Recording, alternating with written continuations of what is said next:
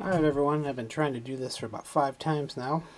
I want to do a what's on my workbench. My usual webcam is being used for working at home since we've all been shelter in place for the last 3 weeks now. And I've been working from home for the last month now.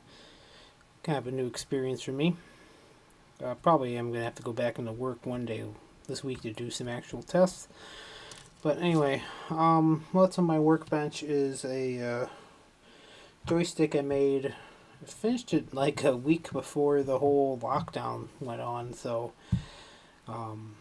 it's a nice enclosure. You can see it's lit. It's quite bright, actually. I wanted to use this with MAME.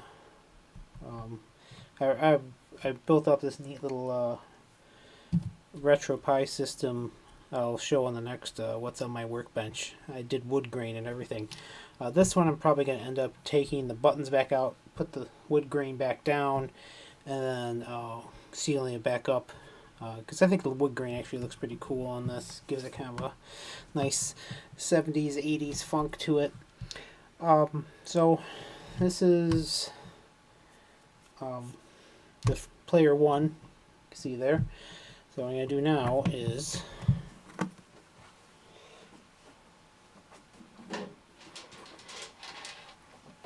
now I have a blank controller, a blank box. I have a whole other set of controls in blue. So what I'm going to do is make up a player 2 version of that joystick controller, and I'll wood grain it right away this time. So if you ever do make one of these, what I've always done is gotten a template online. It's easy to search for arcade templates. This is one. I think it's a Japanese layout, which I really like. This is the template I used. You can actually see I drilled holes through the template for it. So I lined it up on here. Just you print 1-to-1. They have PDFs, which is really nice. So I printed it all 1-to-1 and just laid it out and just drilled straight through the paper. I usually use stepper bits, but this time I'm going to try some of this style instead. Either that or I have to get a hole saw. That might be quicker.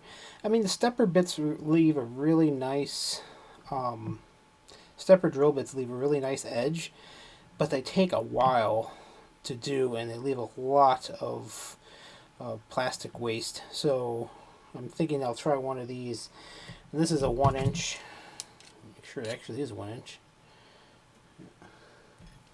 A 1-inch there, and then I'm going to. What's nice is these are just a hair over an inch. So if this isn't quite big enough, which it's going to be close.